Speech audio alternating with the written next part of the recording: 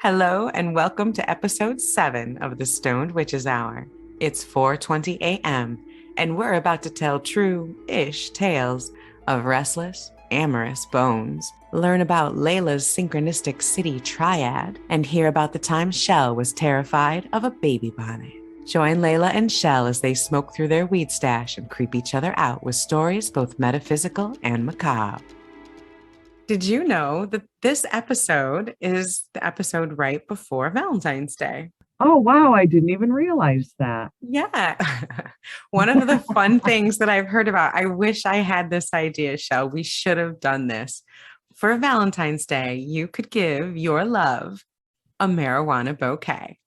From where? There's a whole bunch of places that do it. They vary from dried flowers and like eucalyptus and buds to gorgeous fresh flowers with roses and lilies and tulips, whatever type of floral bouquet you can think of. And amazing organic pot right in the bouquet. They look stunning. I'm going to share my screen so you can see some of these bouquets because you're going to shit your pants. All I, And all I have to say is God bless America. right? Who doesn't love that? Look at that. Oh my God. I want that bouquet of flowers. Oops, those are the sex CBD things. Hold on. We'll get to those in a minute. That's the next topic. All right. Let's see. So they have pot leaves and roses and pot and just all sorts of stuff that you can get delivered for Valentine's Day. That is amazing. If you can do legal delivery, somebody can do this. And if they're not doing it, Shell, do it quick. Wow. I love it. Aren't those great? So How yeah. awesome is that? So yeah, for Valentine's Day, find out if the florist near you delivers wheat bouquets. Because I mean, that would definitely get you laid, I think. Yeah, and they're gorgeous and smokable. And yeah, I'm pretty sure they'd probably get you laid. How fun is that? Who needs chocolates when you can get a marijuana bouquet? Right? Yeah. And then let's see, where's that other website that I was showing you? I have to say, probably one of my absolute favorite things with legalization has been all the freaking science. Yeah. So much science. They've found that cannabis can help. I mean, not just people with pain and anxiety and things like that, which that's wonderful. I know it helps people with seizures and all sorts of stuff. And I think that's fantastic. It has also found that it can temper like period related pain. I use it for fibroid pain. Science has also discovered that it increases your libido. It can make it easier to orgasm. It's amazing for people as far as sex goes. Who would have thought? Who would have thought? Right? You find out the most interesting shit. Is that not crazy? Or well, okay, so they found out that our body produces endocannabinoids naturally, right? You've heard that. Actually, no. We have the whole endocannabinoid system in our brain and our nervous system. Uh-huh. And so smoking pot actually helps contribute to that. And that's why it helps people with all sorts of different things. There is an indication they've found that cannabinoids, like the ones that occur in the pot plant, play a significant role in sex drive and in sex in human beings. They've found that people who smoke pot have more sex than people who don't smoke pot. How do you get into these surveys? How do you go to Harvard and say, do you got any sex slash pot smoking stuff going on? Because I'm interested. Like, I know. Like, the best survey I saw here was about smoking pot and driving, and I live too far away to participate in it. But yeah, who's doing these surveys? Who's the recruiter for these surveys? That's what I want to know. What's your pitch? What's your pitch? There was a study in 2017, and I have to look it back up and see who did it. But they found that cannabis activated the part of our brains that's associated with sexual arousal. So using cannabis can really help people. You know, it can help you relax. It can help you get into the mood. And there are a ton of products because, you know, we love to sell things. So there's like sensuality, which is, you know, like drinkable pot. So you get like the THC. You can, you know, drink a cup of tea before you get in the mood. They've got creams and lotions and oils. It's just, hey, have the best Valentine's Day yet. Just use a little cannabis. Haven't we been doing that for like 25, 30 years already, just smoking it? Oh, I'm not trying to sell you on this. We've been doing this. We've been doing this. No, I'm trying to help everybody else out there. I can say that at one of the festivals that we went to, there was a vendor and they had some creams that they were using.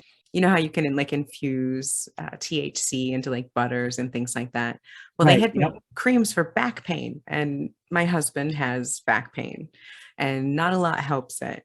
So we got a couple samples for that. Well, they also had samples for a little intimate THC oil. So we got a sample of each. And let me tell you, they both worked wonders. They were amazing.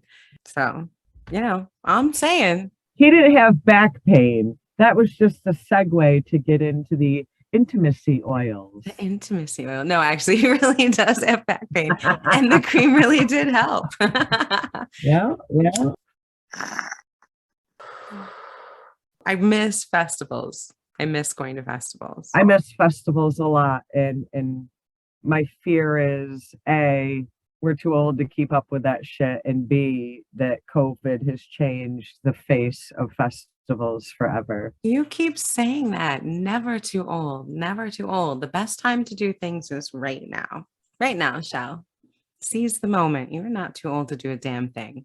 COVID has killed my festival summers. Okay. COVID has kind of fucked every single festival. No pagan festivals, no pop festivals, no music festivals. It has been a really hard 2 years. Yeah, yeah. But in better news, But you can still have a great Valentine's Day. Maybe can just still stay have a great in. Valentine's Day. Get your food door dashed, get yourself a bouquet of cannabis and roses, have some sensuality and a little intimacy oil, and away you go. What more do you need? Jeez, you got my night planned. Right? So, on that note, oh shit, are we still connected? Oh, there you are. Hi. Yay. Well, at least this isn't as bad as the other day. Oh my God. I mean, The stars were against you. it was all Yeah. bad. Mercury retrograde was fucking you with no lube that day. Yes, with no THC intimacy oil that None, day. not a drop. And we could have used it. Right? Oh. All right. Well, I get my torch and dab break ready. What are you smoking tonight, Chelle? I am smoking White Wedding, which is currently from the store I obtained it from, was given the High Times Massachusetts Cannabis Cup first place award. Ooh, that sounds so fancy. So well rounded, so well awarded. What's the word I'm using? Cultivar? Cultivar, that's right. Yeah. Cultivar. Yes. So this particular cultivar, White Wedding, Massachusetts Cannabis Cup #1, 2021. It's a good high. Nice. I am dabbing some Crystal Coma. It's a nice sativa. It's a Nug Run Shatter, again from my local delivery place. I just And love the name, by the way. Crystal Coma, right? You gotta love it. And in honor of Girl Scout cookies season, I am smoking some platinum cookies, otherwise known as platinum Girl Scout cookies. Ooh. Yeah, pretty yummy. Doesn't taste like cookies, Shell. No, but it is sweet. It has a very nice flavor. I really like it. And it's just an excellent high. I mean, the best kind of high to just kick back and eat some Girl Scout cookies, which I do not have yet. I want to try some of the new ones. I heard there was a new few flavors of Girl Scout cookies. Isn't there one with like brownies and caramel? I have no idea. Oh, I cannot wait to try that. I'm hearing about a lemon one. Like, I need to try these, and I have lost my Girl Scout cookie hookup. At the very least, they'll be outside the supermarket, right? They're outside the grocery store. I gotta find me some Girl Scouts selling Girl Scout cookies. You need a new Girl Scout cookie hookup. Anybody in the greater Boston area know a Girl Scout cookie hookup? Drop us a line. Email us at thestonedwitcheshour@gmail.com. Tell us your Girl Scout cookie hookup. We'll buy some. So yeah, that sounds good. That's great stuff to smoke. So Valentine's Day. Valentine's Day. So after you have sent your love a beautiful bouquet of your favorite.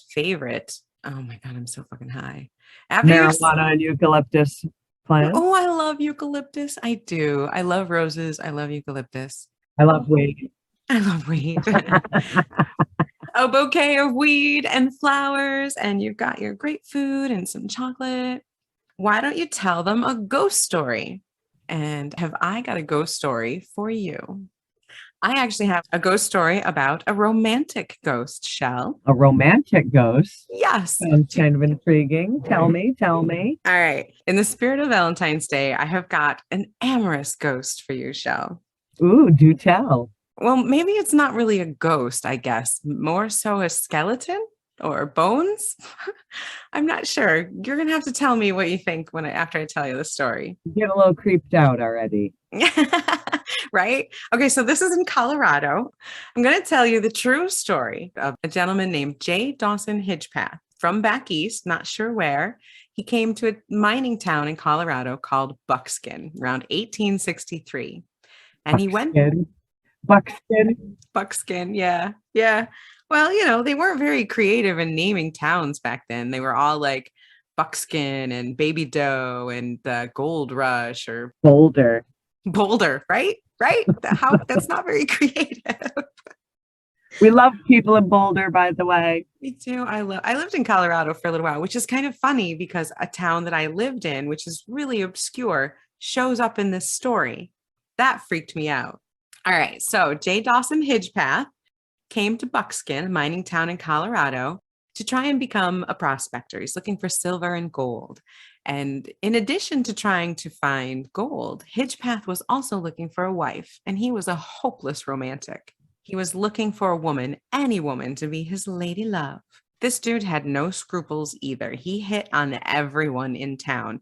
And considering that being the Wild West and during the gold rush time, there weren't very many women to begin with in this town. And he pursued every single one. It didn't matter if they were married, if they were children, if they were school marms, if they were dance hall girls. He pursued them all. He would write them poetry and bring them flowers.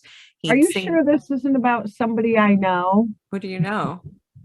That's in the. A lot of guys. I got a lot of guys like that. A lot of guys have trouble taking no for an answer, and Jay Dawson was no exception. So these women, he was refused over and over and over again, and he would come back every time with more flowers and a more flamboyant poem. And so he chased all these women in town. And honestly, it's surprised. You'd think he would have been killed by somebody's pissed off husband or overprotective papa. But no. You know what? You know where he went wrong? He wasn't sending them marijuana bouquets. See, now those are the flowers he should have been picking. And, it's legal in Colorado. I'm sure it was legal back in 1860 something, probably. Exactly. Right. Yeah. So if he'd done that along with some of those THC oils, he would have been in. But no, there is apparently written record of a J. Dawson Hidgepath getting arrested or getting beaten up, disturbing the peace, more than likely by the pimp of a woman he thought he was in love with, or the husband of a woman that he flirted a little bit too much with. So J. Dawson did not die at the fists. Anyway, J. Dawson did not die at the fists of another man. No, he was killed in a kind of shitty accidental way. On July 23rd, 1865, Hidgepath fell to his death. And depending on which version you believe, he was either out on the mountain picking flowers for his latest lady love, or he was working his mine. But either way, he fell off a cliff, broke his neck, and died. Another miner saw the body, and they went and they got some townspeople to come up and try and find him. And they discovered his distinctive hat. He would wear this bowler hat that had like a medallion on it. Uh-huh. So they found the hat and they knew it was J. Dawson. And then they found his kind of mangled body. They took him back and buried him in the cemetery. And, maybe the ladies in town were a little relieved, one less hopeless romantic kind of pining after all the poor beleaguered women in town, right? So J. Dawson Hidgepath was not to be deterred by a no. and in this case, by death either. So he remained a hopeless romantic, even after dead, even after being dead, even after death, whatever. So he's still a hopeless romantic. And the way we know this is because not more than a few days after he was buried, a young married woman who had been one of the most recent women that Jay Dawson had been flirting with heard a knock at her door. And as she opened the door, a slip of paper flew underneath it. And she looked up from watching the paper to see a skeleton standing against the posts of her porch, holding a bouquet of flowers. And she fainted dead away. Like the actual bones or an apparition? No, the actual skeleton wearing Jay Dawson Hedgepath's hat, holding a bouquet of flowers, standing there as if to pay court to the young married lady. That's fucked up. When the men got there after having heard her scream, they found her fainted and the skeleton still there. She woke up babbling about bones and Hedgepath, and they found the letter, and it was a poem written to her from Jay Dawson. Oh, wow. So they carried his bones back to the cemetery to an empty grave where they reburied his bones. So they knew it had to have been him. No. Yes. That did not end his romantic escapades. Mr. J. Dawson Hedgepath then started showing up on the porch and in the beds of women all over town. So his bones were just creeping out of the dirt every night? Every few days, he would show up. Like one young woman woke up to find him tucked into bed next to her, holding a poem in his hand, wearing his hat. Wouldn't you shit? She did. I'd die. I'd totally die. Another lady who was kind of short-sighted, he showed up in her kitchen and she thought they were soup bones. And thankfully, her son came in and fished them out of the pot before things got a little dicey. Oh my God. As you would think, the townspeople were perplexed. Everyone was freaking out. No one knew what was happening because every time they found his bones, his grave was empty. So they started to get creative with how they returned his bones back to this grave. One time they even buried it under a big, huge boulder, thinking that that would stop him. And it didn't. He showed up on the porch of the daughter of the local minister, holding a bouquet and a poem, just like before. And of course, wearing his distinctive hat. That's when you move away. Move. Well, the whole town moved. The whole town moved. Buckskin was just a mining town. And so after a couple years, it dried up. And a lot of people went to the nearby town of Alma. And so did Jay Dawson Hedgepath. He started showing up just like before on the porch and in the bed of local women in town, each time with his hat. Finally, after like a decade of this, someone got absolutely fed up. Various reports say it was someone's husband, it was the minister, or it was the father to a young woman that he had frightened with his bones. Gathered up Jay Dawson Hedgepath's bones, his hat, and his latest poem, and took him over the mountain pass to a little town called Leadville, where I used to live. A little town called Leadville, Colorado. And he found on the outskirts where some miners were, there was an outhouse, and he threw Jay Dawson's bones down into the outhouse, saying, no gentleman, and certainly no one looking for a wife, would ever show up at a lady's house smelling like shit. And sure enough, Jay Dawson never appeared in anyone's home again. However, it's rumored that if you find just the right outhouse, you might hear, if you sit down, coming from beneath you in his, distinctive voice, will you be my own? If I heard that coming from below my ass, I don't even know what I'd do. I'd die. Can you imagine some like Southeastern drawl coming up from the shitter being like, will you be my own? After I pee, let me think about it. I don't know. Supposedly the outhouse where his bones were has long been covered over, or back in the 70s, I guess it was covered over. But there were reports, supposedly, of a ghost haunting the outhouse anytime a woman would go in. So. See, now, I don't understand. I would have gone all like witchcraft and stuff, and I would have burned those bones well before that first 10 years. Well, then you would have gotten burned as a witch back in that day. Probably. Maybe they thought the better course was just to faint dead away and let the men folk take care of it. Yeah, right. Because otherwise, if you try to do anything brave or, do the right thing and take care of it, you're a witch, dang it. It'd be hanging from a tree. Right. So there you go. There's the amorous ghost of J. Dawson Hidgepath from Buckskin, Colorado, with a minor showing by Leadville, Colorado, my old stomping grounds. It's the highest populated point in the US. Wow. I feel like you got a lot of Colorado stories lately. Is this like a haunted state that I'm unaware of? Well, it is an old mining state. So yeah, I think there's a lot of things there. Like Gold Rush Town kind of thing? Sure. And I'm sure subconsciously, maybe I'm drawn to Colorado because that is one of the places I've lived and I really liked it there. But Leadville itself has a lot of ghosts. I used to live on a street called Baby Doe Drive, and there's a lot of stories about her. I have never been west of the Mississippi at this particular moment in time in my life. I am very unfamiliar with your territory. All right. So that was my story. What did you think? What did you think about the amorous, is it ghost, amorous ghost, or amorous bones? Like the story is called The Amorous Ghost of J. Dawson Hidgepath, but it's really It's not a ghost. like, what do you call that? It's not a zombie. What's an ambulatory skeleton? Like, what's a I don't term for even, that? you're right. It's not a zombie. It's not a ghost. It's not an apparition. It is a, like, I don't even know. Not a zombie. I don't know. Ambulatory skeleton is the best I can come up with. So if anybody out there knows what that is, what is it called when somebody's bones keep getting up and like haunting people? What is that? That's called Other some scary shit. That's what that's called. other than a very dedicated practical joke, it's either like a super dedicated practical joke or, just crazy horny bones. Super horny bones. Were those bones rubbing on the CBD THC oil? Hey, who knows? Who knows what was growing up on that mountain back in the day? So, what are you snacking on today, Shell? You got any snacks or any munchies going on over there? So normally I am the salty snacker, but tonight I kind of was very interested in the Quaker chewy granola bars that have the chocolate chips in them. Oh, So that is my current snack of choice. chocolate chip granola bars. That sounds delish.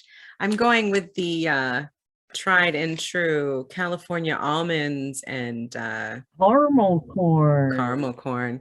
California almonds and caramel corn. I love caramel corn. So like festival food, caramel corn. Do you know my first edible was a ganja goo ball, was caramel corn and it was like peanut butter and caramel and popcorn and all sorts of stuff. It was can of butter, that someone had created in their kitchen or whatever at a festival, and they were going around and they had made these popcorn balls. They called them ganja goo balls. And man, they got you really, really high, really stoned. I think the first edibles I ever had were like the traditional, I call them traditional Rice Krispie treat. And I was rocked. That very first Rice Krispie treat, I was rocked. I think there are a grouping of people that do not like edibles and do not get that same high from them. I was one of those people, but only because I mistakenly took too much. I mean, at festivals, honestly, my experiences were all good. I can say that, the ganja goo balls and the brownies and the Rice Krispie treats that I got from festivals, I never had a problem with that. It was my buddy, I think, who was trying to show off and who made these way too potent little muffins, and those hurt. And Yeah, that kind of put me off for a couple of years. And I think that happens to people. You get something that you don't know the dosage of, and you really should be careful. One small bite and wait an hour and see how it affects you. right, right. There's always those jokes and the memes that you see where people are like, these edibles aren't shit. And then you eat more and then they're on the floor, like they've turned into a puddle of colors and they're nothing. They're just goo on the floor. There's nothing left of them. Yeah, you're drooling in the corner. Yeah. So you got to be careful. Take it slow. Take a bite or two at a time. Wait an hour, maybe wait 2 hours before you try a little bit more. But if you don't know the potency, be careful. Oh, and CBDs, keep CBDs handy if you ever do kind of have too much, if you ever have too much of an edible, if you smoke too much, taking CBDs can really help. And interestingly enough, if you have whole black peppers, like peppercorns, take 2 or 3 of those black peppercorns and you can chew them for a little relief if you feel too high. Like only if you like black pepper though. Interesting tips and tricks. Right? There you go. Wow. And that public service announcement was brought to you by Laylla, the grower. So yeah. I was going to tell you a story that was more of a personal experience story tonight. Oh, that's awesome. That's right. You mentioned you were going to tell us a place that you went sometime without me, which I hate, but I'm excited to hear a new story. It's not necessarily Valentine's Day related, That's okay. but this is one of those things that kind of got me into wanting to experience scary things. Not just you like it, you're interested in it. This kind of was one of those things that got me into that. I want to go seek things out. I want to go Right. get myself in scary You wanted to get situations. involved, like get your hands dirty. Yeah, and you hear about all these experiences people have, and they say they see things, they say they hear things. Well, that's all fine and good, but you don't really get it until you've experienced it yourself, and then you're like, holy shit, that's a ghost. That's very true. So I wanted to talk about a place in Pennsylvania, Fall Brook Cemetery in Tioga County, Pennsylvania. This town was actually it was a town back in the 1860s, and it was a coal mining town, a coal production town. Oh, so we both are talking about mining towns. How interesting. Yes, because in case you are not aware, a lot of Pennsylvania was coal mining Coal back mining. in back in the 1800s. This is about, I don't know, it's closer to the New York border. But this was a coal town, and it was founded by a man named John McGee, and he had kind of discovered coal in that area. What he also did was constructed a railroad to connect Fall Brook with Corning, New York. I know you're familiar with Corning, New York. What is it tonight with towns that I've lived in? Leadville, Colorado, Corning, New York. What is this like? Laylla visits old haunted home week or something? Like, is that Apparently, all right? So he built a railroad to go to Corning, New York. he did. That is where the coal was then transported up the Erie Canal. So it makes sense. Again, we're talking about 1860. Fallbrook had a population of around 1,500 people. But as you can imagine, at some point, the coal ran out. So the only reason this town really existed was because of the coal. As you are personally familiar with that rural part of the Northeast, not a whole lot going on. No, like so much of Pennsylvania, coal mining was like the only thing that they had for Right. generations. So there's not a lot going on. So when the coal kind of ran out by 1900, the town basically ceased to exist. People had no choice but to go to other towns and cities because there was no jobs. Yeah, because there was nothing there. Yeah. Right. Interestingly enough, the town of Fall Brook, California is named after this town. Hey, Google, how far away is Fall Brook, California from here? You are 31.5 miles away from Fall Brook by car. 31.5 miles. Oh, wow. Okay. Yeah. So this is haunted Laylla time. Go ahead. Whatever. Fine. The ghosts are fucking with me today. I don't care. I don't care. Wow. This is kind of creepy. I'm glad I'm not you tonight. Ooh, we should put it on a map and see Leadville, Corning, and Fallbrook. Right? Do, do, do, do, do, do. All right. Anyways, all right, go ahead, Chelle. Keep on with the story. It kind of became a quote unquote ghost town because it was abandoned. And as you can imagine, 1,500 people lived there for about 40 some odd years. So there were buildings, there was a cemetery, it had been a town, for God's sakes. During the time that this was actually a town, another oddly tragic thing, the plague went through. Weird. Here we are again. Oh, no, not another plague. Yeah. Smallpox went rampant through that area. Many children passed away. Oh, that's really sad. I hate all the stories where the kids, like our dueling axe murders, where all the kids die. That always makes me sad. This cemetery, this particular cemetery, that it was the cemetery for the town in the 40 years that it had existed. But the cemetery, due to it being a mining town and due to smallpox going rampant through the town, the cemetery was mostly filled with either miners or children. So minors are minors. Miners are miners. Exactly. So as you can imagine, with smallpox and it being a mining town, that cemetery had kind of filled up and became actually the most populated spot in the small town. Oh, there were more dead people than alive people. At one point, Oh, and yeah. most of them were kids. Yeah, Oh, yeah, Chelle. that had died of the sickness. When you said this But wasn't a Valentine's story, I didn't realize you were gonna like tell a total bummer of a story. apparently. But again, with coal being its one and only source of income, the town fell into despair and was abandoned by 1900. Even to this day, only a few block foundations and the dilapidated cemetery remain. So the cemetery, it's still basically there, but it's not one of those cemeteries that is kept up necessarily. There has been in the last 10 years or so a couple of historic organizations that have tried to mow the grass every few years and things of that nature. But essentially, think of this as an abandoned cemetery in the middle of woods in frickin' rural northern PA. So if I can imagine, basically, this has been left to nature. There's trees growing up through everything, bushes, grass, weeds, probably a mess. Correct. Like most rural places, I'm sure there's the occasional fire pit, broken beer bottles, and a little bit of garbage here and there. No. And Really? you'll find out why as I continue That's on. surprising because there's one thing that rural New Yorkers and Pennsylvania kids know how to do, and that's find a fucking spot to party. But you know what? This is a spot that people are legitimately afraid of. No And shit.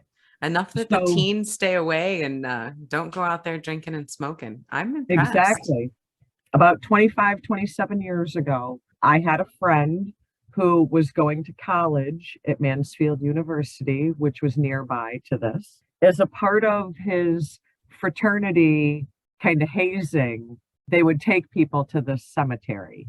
Now, if you Google things like most haunted places in Pennsylvania, this does come up on the top of most lists. In order to ascend to the heights of a fraternity hazing ritual, it's got to have a reputation. I mean, it's got to be Right? known as super scary. Right.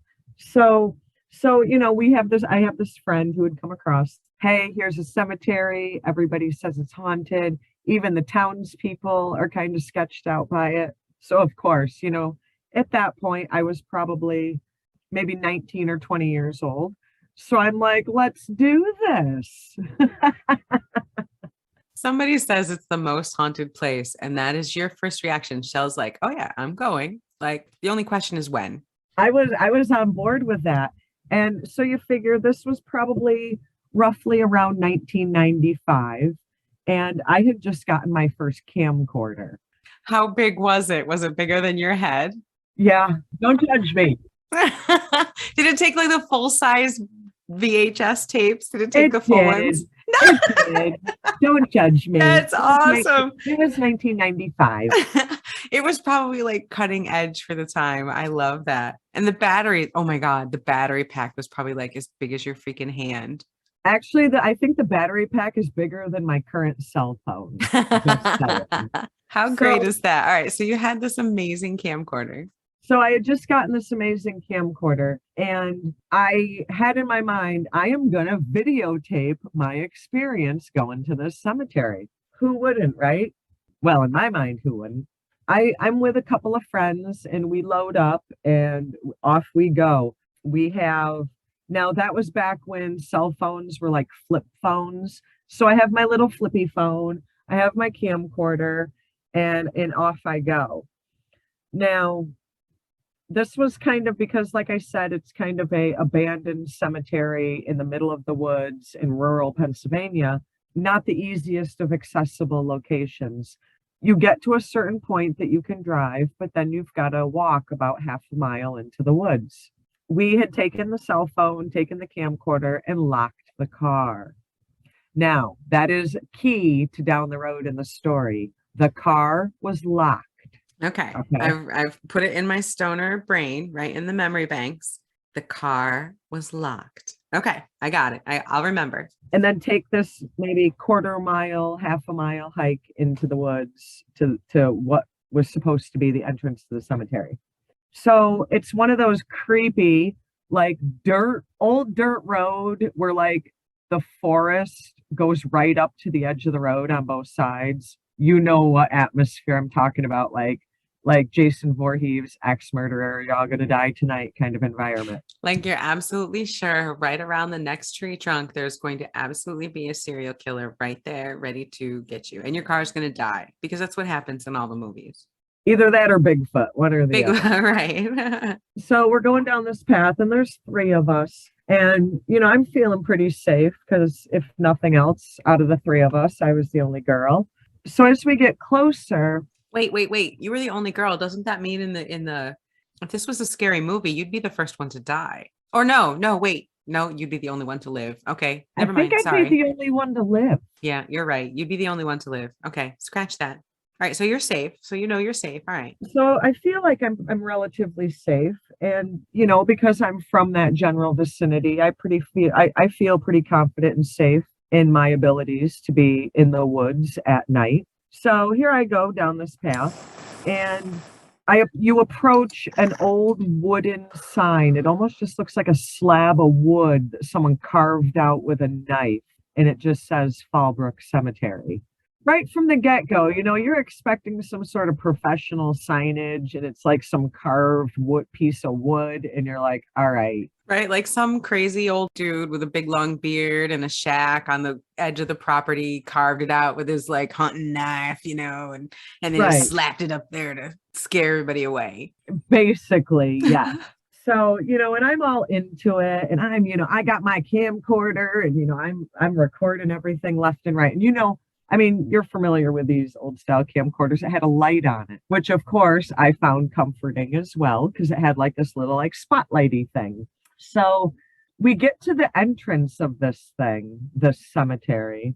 All of a sudden, everything went dead silent. Like the insects and all that. Dead it's nighttime. silent. It's nighttime in rural Pennsylvania, out in the backwoods of Pennsylvania. There's crickets, there's all sorts of noise.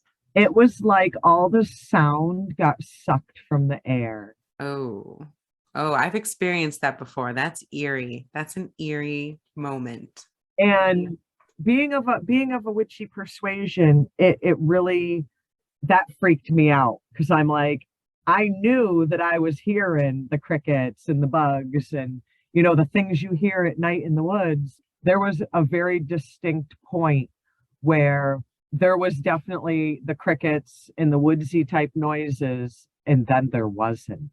That was something that you picked right up on. Yeah. Yes. When you grow up being in the woods at night, so when you hear that dead silence, that spooks you. Yeah, it's noticeable. It's almost loud. It is. It's like that deafening silence. So, we were in this foresty, woodsy area. The cemetery kind of opens up to like a circular clearing. So I'm thinking, here I am in a circular clearing. All the sound has been sucked from the air. I'm a witch and I'm going to die here tonight because something spooky is about to go down. But I still got my camcorder, still got my flip phone, and I am you ready. Might die, but you're going to record every last fucking moment. I am there. I am there to record some ghosty footage. And damn it, I wanted my ghosty And you're footage. going to Blair Witch it if it's the last thing you do. This was before Blair Witch, but I was totally Blair Witching it. Totally. Yeah. So you start here, so imagine this dead silence where it sounds like all the sound was sucked from the air. But then all of a sudden you hear like footsteps, crunching on the leaves, footsteps. Yeah. Yeah. But like still no crickets, still no wind. Oh, and that was the other thing. No wind. And it was windy walking down the path. It was like the earth stopped in that round clearing area. So you get down to the cemetery, and not only is there no more wind, you Nope. can't hear the wind, you Nope. don't hear any insects, you're No. not moving, And and then you your hear crunchy footsteps. footsteps. Oh my Crunchy footsteps. gods. So, all of a sudden I'm like, all right, shit's about to get real here. We start walking around and start looking at some of the tombstones because also, I like history and that interests me. And I was noticing there was a lot of tombstones that had like hand positions on it and Oh, you different. like hand symbols or Yeah. like ASL signs? Yeah, maybe I don't know if they were ASL signs, but like they looked like they could have been. And then I saw there is actually a witch buried there. Oh, And how do you know it was a witch? because the tombstone told me so. Really? Yes, Oh, actually how it did. cool. What did it say? I don't Oh, was it remember. in a bad way or in a good way?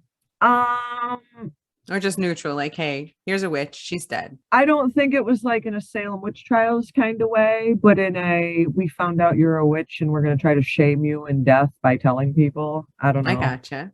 I had bent down, and this is where shit really starts getting nuts. So I had bent down because at that point I had just recently learned about gravestone rubbings. You put the piece of paper and you rub it and stuff. Yeah, you rub it like with a pencil or with Right, charcoal right, or something so you get right, like an impression. Yeah. right. So I'm trying to like pull some of the grass and the moss off of this so I could read the lettering very clearly to record it on the camcorder because I wanted to record basically the words on this because it was kind of neat and it had a pentacle on it. Super cool.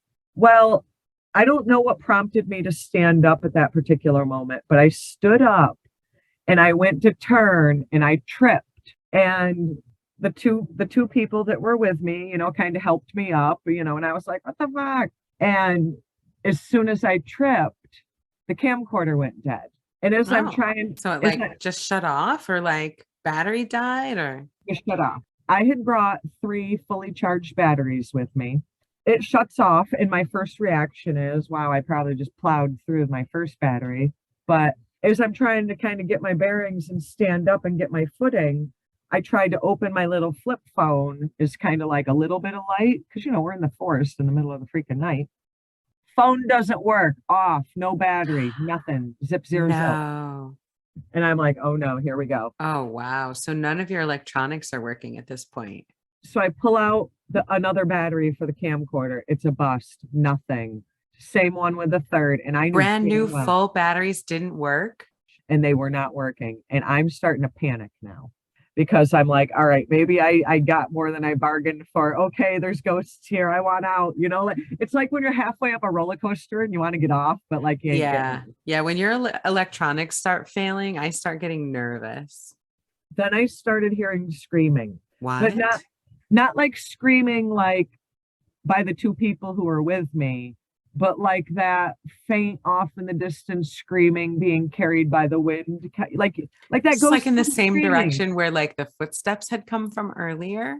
Well, remember, like I said, when the clearing opened up for this cemetery, it was circular. So everything sounded like it was coming from every direction. Oh, wow. Oh, wow. Oh, that makes it even creepier. So I finally get up without any of these electronics working. You want to know why I fell? Why did you fall? This is so creepy. Like, I wanted to shower just for this one fact. Oh, no. Oh, my God, Chelle, why did you fall? I fell because this cemetery is so old and unkept and decrepit that the caskets are essentially like growing out of the ground. No And way. No, you tripped over a fucking casket. I tripped over the corner of a casket. I You tripped tripped over over the corner of a casket of a witch. Laylla, I was ready to have a heart attack. Okay. Oh my goodness. So Oh, wow. so then, as we kind of start to like look around because you know Oh, how you're cursed. You're cursed. You're know, just right? cursed. I'm surprised you're still here. You know how when you've been in the woods long enough in the dark, you kind of start to acclimate and almost be able to like see a little bit again? Like you get Yeah. that night vision thing going on. Yeah, you get your whole little night vision thing going on. Yeah. So that's kind of where we're at because we've got nothing that works at this point. I'm like, okay, I'm tripping over this. You know, everything's not working. Why don't we just maybe we Yeah, should it's call. time to go at that point. Maybe we should go casual, like, let's just kind of head I will out. admit that it was my idea, but I've had enough of this ride. Okay. So we can't get our way out, can't find our way out. Like I said, this place is a circular place. So now you're Um, lost and you've kind of lost still, how you came in. still in the cemetery, but it's almost like the entrance went away. And then Oh, that thing where you like walk around to where you know the entrance is and it's and it's not not there. there. Yeah. But you know what? That didn't even really tweak me out that much because the witchy side of me was like, this is an illusion and I'm being tricked and I will be able to eventually figure my way out of here. So you knew they were fucking with you. Right. So I think having that background knowledge kept me calm because I was like, this is witchcraft, you know? Um, you're speaking my language and I can totally see where this is going and I can get myself out. So I wasn't tweaking at that point. Right. But then every few minutes, the screaming, and it sounded like a woman screaming, like that eerie. Now, was it that like rabbit scream, or you know how sometimes deer will even scream? Was it that? No, It was no. definitely a human. Wow. This was not anything alive in animal Oh, like life. an No. unearthly scream, even creepier. Okay. That's Next, why you're I gonna said tell me it. it was like all foggy. That's why I said, oh yeah, that was a given. It actually was all foggy. But the weird thing is like I said, it was one of those screams that you felt was like carried by the wind from the Like other someone, side. oh, carried by, oh, wow. Like someone screaming from the other side. Like I don't know how Yeah, to explain it. exactly. I know what you're saying. I loved how you said that. I'm spooked at this point. So after a while, I would say all in all, we were probably we thought, and this is where it's also a little weird. We thought we had been there for maybe about an hour and a half. We showed up at probably about 10 o'clock at night was when we got there. And we felt that we had been there about an hour and a half. And when there did come a point where, like I suspected, we were able to find our way out, find the path out, and we started heading back to the car. I'm just curious. Was there anything that you noticed or remembered that kind of helped release you from that cycle of wandering? No, It just because kind of what happened? happened. No, it didn't just happen. No. I am not done yet, woman. Sorry. Okay. Sorry. So you go. Okay. Sorry. So you find the end. You finally find the entrance, like you knew you would. Find the entrance. So, this is after tripping over a grave, tripping over a casket. It's this casket's 100 years old, and I'm spooked. I'm tripping over this. I'm waiting to see bones. Between that and everything going dead silent, and the wind stopping, the footsteps, the screaming, like I've had it. I would have been done long before that. I mean, I'm really impressed with how well you kind of like held out for all of this. It's quite impressive. And like I said, we felt like we were there for like an hour and a half. And part of that was because we could not find our way out in a very small circular area where you should very easily be able to find the path in. Because this was like a road, like a dirt road, like the size of a car path. We're not talking like some tiny little walking path in the woods, like as wide as a car path, and it disappeared. So we find the path anyway. As we're walking out of the circle, I almost felt like I was walking through a bubble where I almost had to like push myself through. And then I felt like I was being watched. The woods, I felt like the woods were watching me. Oh, wow. Like once you got through that barrier, you felt like after that, you felt like you were being watched. Because remember from the beginning, like I said, it was about a quarter mile to a half a mile walk down this path, this dirt road. So we got the same amount of walk back. That whole walk back, it was that feeling of being watched. And then it was like giggling, like little girls giggling. Like imagine little girls playing outside and just giggling. And that's, and that's when you start to kind of pick up your pace a little bit. Oh yeah, I'd be thoroughly creeped out at that point. So we approach the vehicle.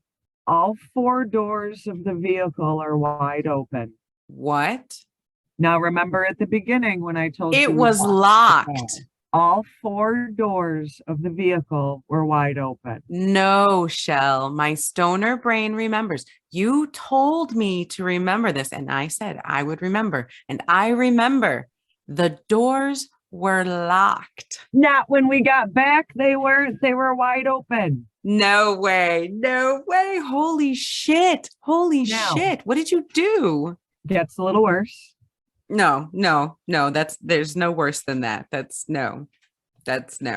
Now, this was not my vehicle and I was not the driver. So naturally, when you are approaching a car that you're attempting to get into, you're not going to go right for the driver's side. You're going to go for the passenger side because you're not the driver, right?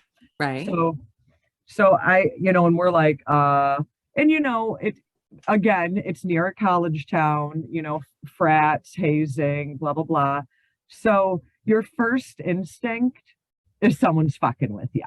Okay. Well, You're yeah. like, oh, maybe one of the frat brothers got the spare key or something and came and was playing a dirty trick, or that was back in the day where you could still use a coat hanger and unlock a door and just fucking with people. That's right. And Honestly, we know that that's the first rule of ghost hunting. As soon as something weird happens, you look for the most likely plausible explanation. so of course we're assuming we were being fucked with. But still, that's so fucked up. I'd be But- so scared. You would be so scared, but after what you just experienced, you still want nothing more than to get into that car. Hell yeah. I mean, after checking the trunk and the back and under every seat and the back seat, checking the whole thing. Well, as my friend that was the driver of the vehicle, the owner of the vehicle, approaches the driver's side in the driver's side door that was open, there was a child's hat on the driver's seat What? that was made out of lace and looked like it was from the 1800s time period, What? sitting on the fucking driver's seat of the car. What did you just say? No. Wait a minute. Like a bonnet? Like a lacy bonnet? Yeah. No fucking way. On the And car seat. this was something, yes, and this was something that was not in this car prior, first of all. Did you have And your daughter yet? my daughter was She never wore a lacy probably- bonnet, as far as I can tell. my daughter might have been a year or two old, but this was definitely the only way I can describe it is, how in the 1800s they had like that hard starchy cotton. Yeah. Yeah. It was like that with lace. Wow. Oh And, my like, gosh. Like an dirty. old-fashioned lacy baby bonnet. Dirty Yeah. lacy baby bonnet. Oh, that's so freaking creepy. Let me tell you, I have that's probably one of the most scared ever in my lifetimes. I was scared. Like I was scared shitless because, I'm in the middle of the woods. I'm in Pennsylvania. I'm an hour from home. Like, I don't even know what could happen to me at this point. Like, I'm thinking like axe murder coming out of the woods. We're all going to die. Like, I would too. I would Like, be I was so so fun. Did you scared. keep the bonnet or did you throw it out? no, we threw it out of the car and jumped in the car and took off. And I will tell you, I don't think Probably I spinning your tires and throwing dirt the entire way. And the first thing we did on the drive back, I do not condone this as an adult. Remember, I was in my early 20s. The whole way back, we just had to smoke bowl after bowl after bowl because we were so scared we had to get That's the high. best way to, cleanse the cars. The cleansing smoke of cannabis will help I to get felt rid like- of, it'll get I rid of felt any like I- negative spirits. I felt like I had to cleanse my spirit after that. Like, yeah. there was something there that night that I was not mentally prepared to encounter, even though I thought I was. I was trying to be all Billy Badass. But when push came to shove and I actually had the experiences, I was scared. It's like the spirits saw these, 20 somethings and they're like, okay, let's see what we can do Here to we fuck with these go. people. And the footsteps and the screams and the getting lost and the doors. Oh my freaking God, Chelle. Well, I also wanted to point out that we are not the only ones. Like I said, if you look up most haunted places in Pennsylvania, this does meet the list. People have heard they've seen shadow figures lurking inside the cemetery as well as behind trees around in the woods. They've heard screaming echoing around, just like I heard. Oh, interesting. Now, Like a common thing that people have heard. now, I did some research on other people's experiences, and actually, this is an interesting fact. There are actually people who think that the screaming is a banshee. Oh, a banshee in New York. Why would there be a Now, banshee in New York? if you are not familiar with what a banshee is, it's from Irish folklore, and it's basically like women of the fairy mound, a female spirit who heralds the death of a family member, usually by wailing or shrieking. And But if that kind of describes, like, I call if it you heard a screaming. banshee, that means someone you love is going to die. So did any of the three of you, someone that you know die shortly after you went there? Oh Lord.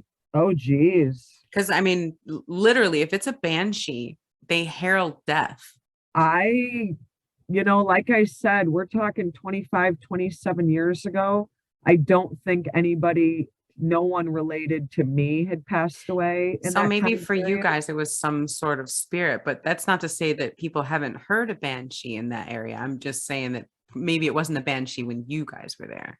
Right, right. But there have been reports that people think it is a banshee that you hear screaming. I know I heard screaming. I don't recall anyone in my personal circle of life having passed away shortly after that, but I definitely heard the screaming. And like I said, So scary. some of these reports of people think that it is a banshee that's screaming. Yeah, Um, yeah. and this is not an easy cemetery to reach. Like I said, it's secluded in the middle of nowhere. You said there's like a quarter-mile hike or something, half-mile hike to get out to it. Yeah, After you drive through these old roads, then you still have a hike to get to it. right. And they do say that if you drive your car up too far, too close to the cemetery, that your car battery will die. Luckily, we didn't drive that far up that night, but the person who took us there that was familiar with it did say we cannot, for any reason, drive any further. We have to stop here and walk. Well, you guys experienced your electronics dying, so I would put a lot of credence to that. For whatever Right, reason, your right. cell phone died, your camera died. I mean, the electronics definitely had issues. Right. And there's actually been people who feel that they have witnessed the banshee. People locally actually they advise you not to go there. But this is definitely a spooky place. That sounds like a really scary, scary place. Very creepy. And again, because of all the children, the bonnet that was left in the car, kind of makes sense that the children laughing as we're walking down the path.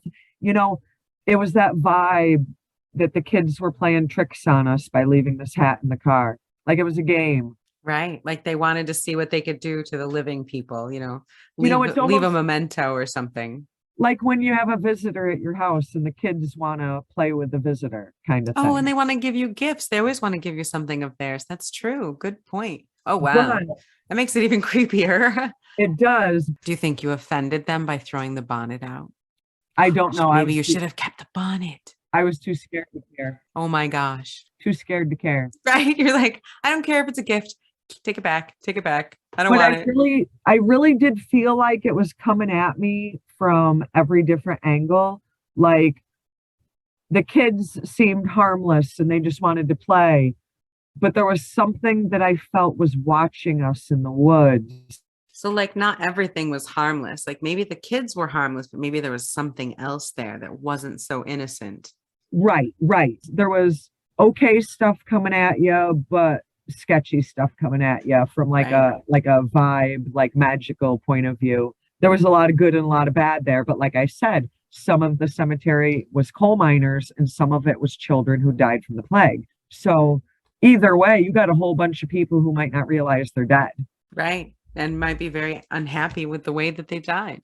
And then think of it this way, the town gets abandoned, everybody leaves. It's almost like they feel like they were left behind too. Yeah. I don't know. I'd be pissed. Yeah, because now there's nobody there to care for it anymore. There's no one to make sure that they're remembered. But there, most recently, there was a paranormal US group that went there. This is the real deal, man. If you are in northern Pennsylvania, like this is the real deal. This place is scary because if you do look it up, you'll see a lot of similar stories from all kinds of folks that have been there. But tonight, I just kind of wanted to focus on my personal story. But I do want to point out that a lot of the things I experienced are similar things that other people have experienced as well. The screaming, the feeling of being watched, hearing small children, those kinds of things. This place is spooky. I definitely give it 10 stars on the spooktacular scale.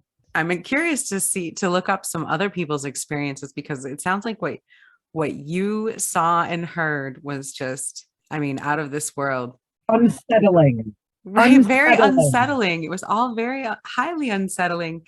And it's just intriguing to me, kind of what happened and what may have caused it.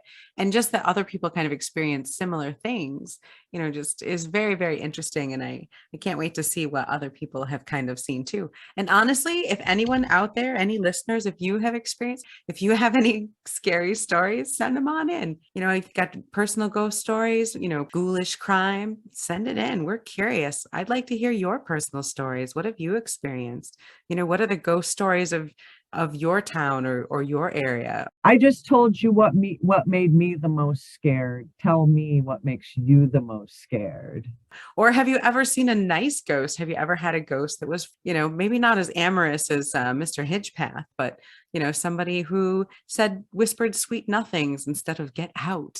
Who knows? Spirits can love you. Spirits can want to drive you away. That's true. And in the case of some of them, they really just want someone to say that they'll be theirs till the end of time, even in the afterlife. Isn't that all we want? Someone to just love us always. It really is. And I think that kind of loops back to some of the paranormal at Fall Brook is that I do think that, especially with the children, they feel forgotten, like they were abandoned. When people abandon the town, they abandoned these people. And it's like their spirit can't get over that they were abandoned. It will deteriorate into nothing. And the woods and the trees and in the forest will take it over 100% eventually. Absolutely. This is definitely one of those places getting eaten up by the forest. Well, on that depressing note, I got to check and see if I've got something for next week. Do you know what you're going to talk about next week, my organized partner? Oh my God, you can't even believe how awesome this is going to be. Oh, how awesome is it going to be? Next week, we are going to the world famous Gettysburg, Pennsylvania. We're keeping it in PA. I have also been to Gettysburg. I will give a couple small tidbit personal experiences I've had at Gettysburg. But as everyone knows from history class in school, Gettysburg is definitely one of the most haunted spots in America. Oh, I love that. I can't wait to hear about it. There is a ton of history there. And of course, that's a huge site of one of my favorite, very debunkable supernatural things, orb photos. They're everywhere. Yep. I love orb photos. I don't want to hear a thing about dust or bugs or any of that shit. Keep it to yourself. I love orb photos. Orb photos are real. Yeah. They're mine. And you can hashtag that. Hashtag orb photos are real. Laylla says so. Yep. No, I know that they're not all real, but I still love them. I don't care. So, all right. Well, Gettysburg for you. And next week for me, we're going to be going a little out of this world. We're going to go to Area 51 and we're going to talk about all things aliens. Oh my God, I'm so excited. I can't wait to hear about aliens. Oh yeah. Roswell, New Mexico, and a few other places. But yes, all things aliens. I got you next week. So check us out next week. We're going to dive into Gettysburg. We're going to go flying high with Area 51. And we want you to check us out on Instagram at the Stoned Witches Hour, on Twitter at Stoned Witches, or email us at the stonedwitcheshour@gmail.com. Oh, yeah. Thank you so much to all of our listeners across the US and all the other countries that have tuned in. We appreciate every single one of you. And we can't wait to get together next week. See you then. See ya.